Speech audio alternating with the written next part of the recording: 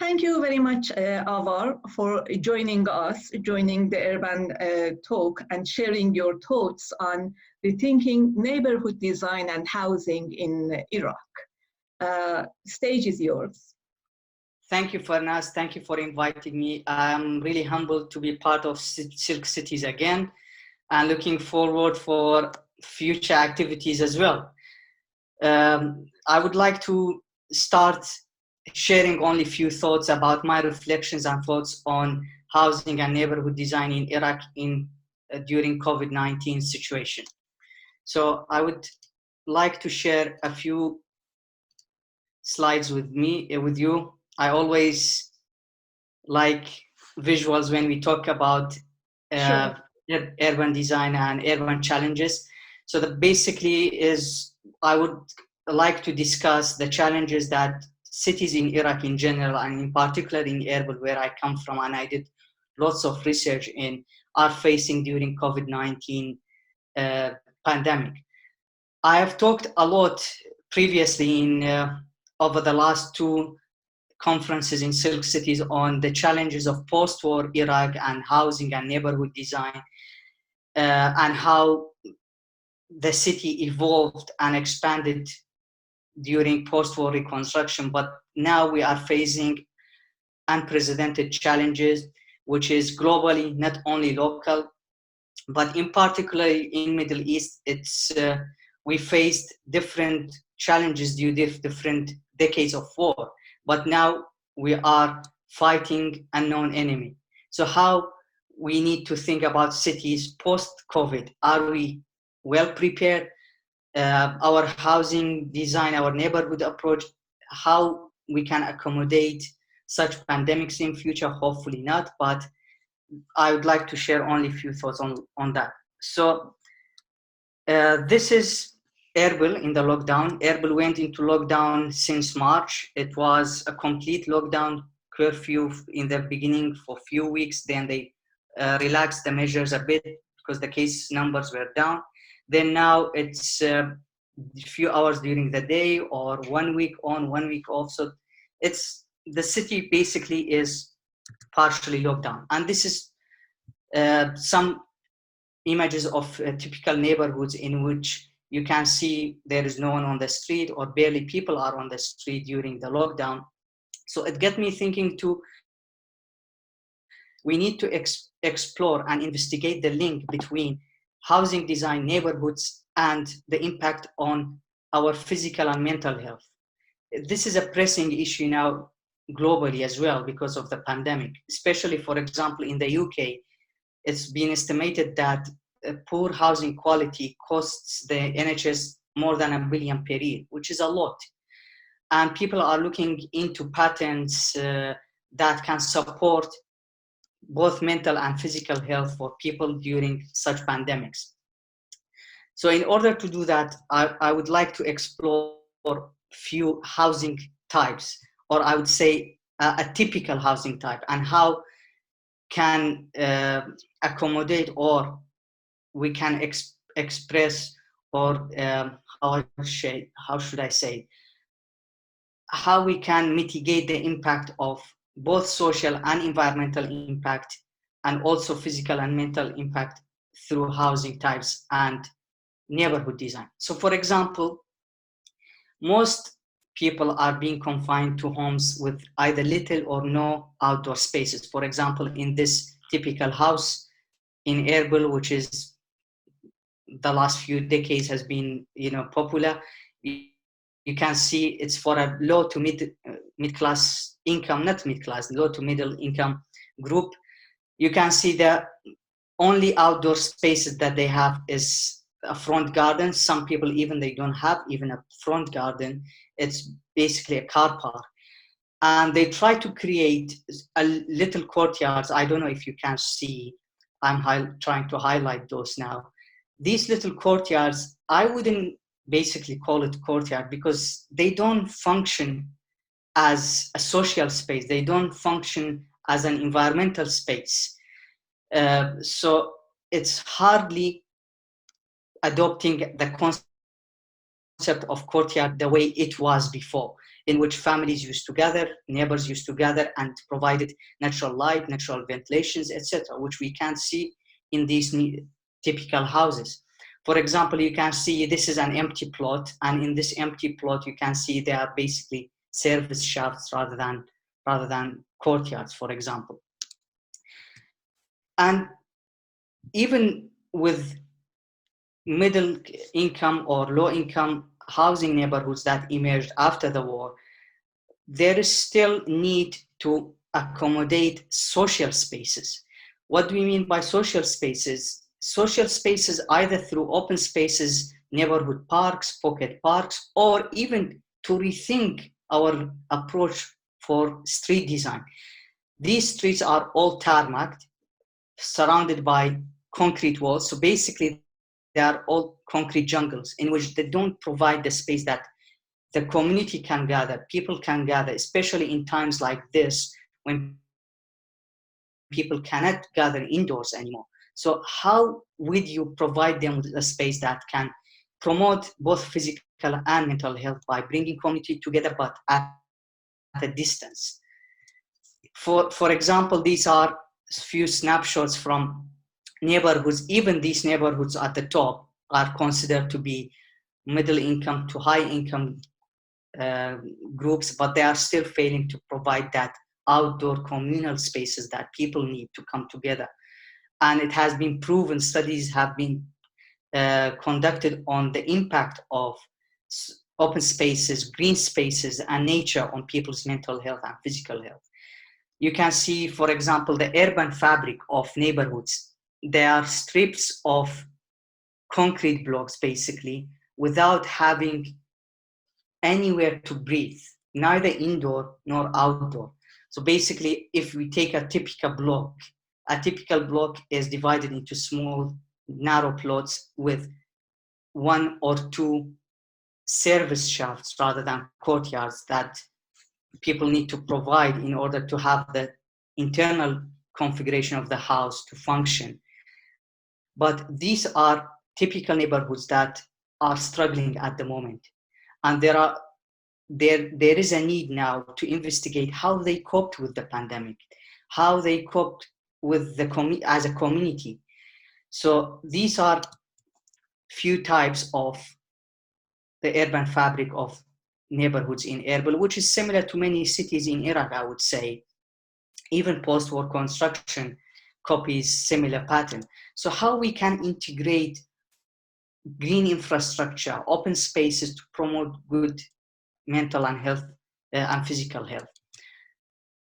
How did we get here, for example? The city wasn't like this before. The city didn't evolve over time to reach this point without having different housing patterns that came across. So for example, even these streets, you can see how would people be encouraged to walk, to socialize, to reclaim the street without having any, for example, environmental protection. There are, especially in this weather, for example, the sun is very harsh over there. How would you provide spaces that can provide microclimate for social pattern to take place? I understand people's social behavior, people's social needs, people's social pattern evolve over time, but did we provide a space that can accommodate new social behavior to emerge? Have we provided new spaces that can be, for example, environmental friendly for people to gather, to promote the use of space to engage in different activities as a community? These are really crucial questions to ask, especially in a nation which already has a poor infrastructure. For example, power cuts, it's still happening a few hours a day, even in this weather. How prepared our housing design and housing typologies are, how prepared our neighborhoods are. So sustainability, not only in terms of environment, in terms of social sustainability as well. This is another image from the lockdown. You can see two neighbors, for example, or from the same household, I don't know, they are just sitting on the sidewalk, but there is no more room for people people to walk. The sidewalks are not designed for inclusivity, for example. They are not designed to include social activities to occur. Cycling lately has been common because during lockdown, people cannot use cars anymore. But the city is not cycle friendly. We didn't design neighborhoods, cities, and sidewalks and streets to accommodate cycling. But there is a need now, despite there is no proper cycle lanes, there is no proper cycle infrastructure, people start using it because they need to. So how we can adapt to people's need now, which is social sustainability and also environmental sustainability. So how did we get there? I would like just to take you through very few slides to show how did we get there, how our city became the way it is now, that it's environmentally not friendly, socially not friendly, and basically we are cramped in tiny houses just to maximize the use of spaces, and how that changed people's behavior as well, because we need to rethink our approach to cities. So to start with, very briefly, I know the city has started from the citadel, but the citadel accommodated open spaces that were providing environmental protection and providing a space in which very few neighbors can come together to socialize, for example. And the houses in the citadel, for example, they were courtyard typologies, but the courtyard in a sense and a proportion that provided a space, a meaningful space for neighbors to come together, for family to come together, and provided that environmental protection that was needed at that time without the need of AC, power, electricity, etc. So basically it was designed by people to respond to people's need and to respond to the local environment. And the courtyard typologies, even with the different sizes of houses, different sizes of mansions, for example, the typology was there, whether you were with a low income group, middle income group, or high income group. So it was out of necessity. Then the city evolved outside the citadel. We can see in, for example, the Arab neighborhood was the first expansion of the city beyond the citadel. Still, they tried to accommodate similar typologies, but then we moved to the planned approach, in which you can see the plots still were generous enough to accommodate a usable front garden, sometimes back garden, for social and environmental purposes. But then we moved into economic crisis, we moved into land becoming an issue and still low density, and then city started to evolve without accommodating social and environmental needs. And we departed from where we came from, which was locally rooted, economically rooted, locally and environmentally responsive. So how we can now, we need to rethink and retrofit our neighborhoods. We need to rethink housing typologies, how we can bring back urban public spaces, green spaces that can allow people to exercise, play, come together, but at a social. We need to think now, housing design in new development, what role sustainability can play, what impact on our health and well-being. This is really crucial. We never thought of, in the context of Iraq, the impact of mental health, physical health that can be accommodated through housing design, through neighborhood design. How can we reconfigure streets to create more physically distanced movement and social movement that can still take place when we are in a lockdown? How we can make the current pandemic be the driver of new housing in post-COVID, because we saw a housing boom after war, we saw a post-war reconstruction, but there are lessons that we need to learn from that. Did we provide for housing for local needs? Did we provide for social needs? Did we provide for sustainability? These are really crucial questions that we need to ask. We need housing to be responsive. We need to housing to reflect Erbil's identity, which was initially I started my research interest. we moved away from our tradition, we moved away from our roots. We need to bring back our tradition. There are definitely successful lessons that can be learned and be adapted for future needs. More importantly, we need to be resilient for future. And I don't see why not we can't do this. This won't be the first time that the whole world in history and cities reimagined building, we reimagined cities, we redesigned to respond to current crisis. For example, if we consider Haussmann's movement and renovation of Paris in the 1800s, then the London's reconfiguration of its infrastructure to respond to the 1950s cholera epidemic. So there is a pressing need now to rethink housing and neighborhood design in Iraqi city and in Middle East in general. I hope you found this talk informative. I just wanted to share with you a few of my thoughts and reflect on the current pandemic from and its challenges. Thank you very much. Thank you very much, Avar. That was great. I really, it was very informative. And to be honest, some slides were shocking. The street without any urban furniture, without any green space, you know, and it was clear that it was post-war reconstruction, so it was recent. And the contrast.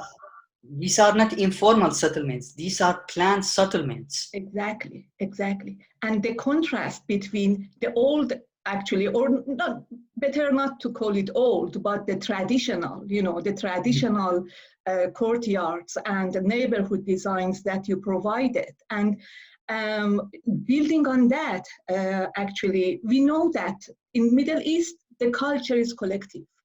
People live, you know, in a collective culture, and the built environment was formed around that behavior, around that social interaction, as you also show in your slides. And so, how do you think that this kind of this lockdown, which was somehow a revival of this neighborhood appreciation, basically. We saw that even in London, in other cities, neighbors created WhatsApp groups. You know, they looked after each other for their well-being if there is a neighbor living on her own, on his own. Do you think that this reappreciation of neighborhood can influence, has the power to influence Iraqi cities in future? And how, basically? I hope so, because as you mentioned, Middle Eastern culture evolved around community. Through community, people survived series of wars in Iraq. The support of community was crucial at different stages that the country faced, the hardship that the country faced. But we started losing that by promoting social segregation when we provided housing, by designing new neighborhoods based on typologies that doesn't reflect traditional housing typologies that we have. But in this pandemic, still few neighborhoods, they are lucky enough to have neighborhood parks. So I have seen few examples, and I have been in contact with few friends and families in which they believe strongly that the use of a small neighborhood park was crucial to get them through this, because although families come together every Friday, twice a week, but during the lockdown they couldn't. So suddenly their ties to their parents, to their relatives was broken. And neighbors had to come together, but where to come together? They can't socialize indoors, and they don't have the space that allows them to socialize with a distance outdoor space indoors, in which, for example, in a courtyard typology, they could. So the power of green space was crucial to overcome, and not to overcome, to support their mental well-being, their physical well-being. So I believe that even now, people, when they decide to move to other neighborhoods or they decide to change homes, they will think twice whether I am close with a walking distance to a green space or not. So these are crucial issues that Iraqi cities need to adapt. Not only pocket parks, as you mentioned, street furniture doesn't exist. It exists, but strange enough, on main roads, not on neighborhood streets. On a main road, people drive. Why would they walk? They won't, basically, because the way the city designed, they don't walk in the main arteries that bring the city together. They need to walk in their neighborhoods. They need to have mixed use, for example. In a lockdown, neighborhoods without mixed use development, they struggle to get their daily needs. And this is crucial for local economy. And this is how the city was designed basically before. Small shops, small community shops that could provide daily needs. But we need to rethink neighborhoods to be walkable, to be cyclable, in order to provide this health impact, both physically and mentally. Yeah, I completely agree with you. I have one big thing actually that I think this hope and this vision for future, this need for change it will encounter is the housing economy. What do you think? What can be the counter argument against this housing economy? Because when, as you said, when houses, when building plots are commodity, so it whatever talk about health, well-being, it's been should be translated, or it is translated in finance. It has financial manifestation. So how can we basically convince, if we can, developers, those big stakeholders that put money into building cities? Can we? That's a really good question, because land, when it becomes a commodity, plots become smaller and smaller because people can't afford building on larger plots. And developers want to maximize profit. And this is what partially happened after the war. Developers, housing speculation was to its highest peak, in which housing prices went up. Developers' main goal was to make profit rather than provide a place that has quality. And this is not, I don't think this can only be done by the developer. It has to be a collective response by the developer, the government, designers, and people as well, first to appreciate a good quality that can place provide. Then what good quality means in that context. So when you ask a developer, I want you to provide me with a housing, let's say, housing compound that has good placemaking qualities. But what do we mean by good qualities? So first we need to understand what do we need in that context, if in terms of good quality housing. And I still think in that context, with all the economic challenges that the country is going through now, people are in need for basic daily needs. For example, there are political tensions, there are economic challenges for people's salary, etc. The infrastructure is still not as developed as should be to provide to the basic needs, basically. Still, there are power cuts. So these are basic needs that society needs. There should be initiatives by the government to control what the developer can provide. So it's not only economic gain, it has to be environmental gain, social gain, and economic gain. The way we responded to housing crisis after the war was basically and purely based on economic need, in which thousands and hundreds of thousands of people, they were without houses. But that doesn't mean to compromise the quality of housing we provide, to compromise the quality of neighborhood we design, because in the long term, it has consequences, health consequences and environmental consequences. For example, now with all heat jungles that we created, we need enormous power to keep them cool and to keep them heated, for example. But this problem, we created this problem over the last 2 decades when we responded to housing crisis without carefully considering environmental impact of what we provided. So there is a lot of challenge now on top of what challenges that we had in terms of reflecting identity, social segregation, environmental crisis. Now we have health crisis that we need to address.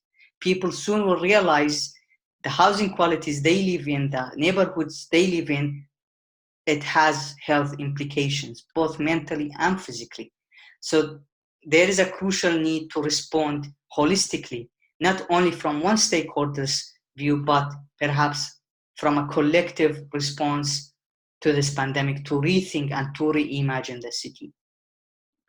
Thank you very much, Avar. It was a great talk, and I too hope that all the stakeholders can play their role, including us at Silk Cities. And thank you very much for being such an active member of Silk Cities community. We hope to see you. Thank you very much. Thank you very much, Farnaz, for having me. It was an honor to be here again, and I hope we can meet soon for more activities to tackle more urban challenges. Thank you very much. Sure, thank you. Bye. Bye-bye.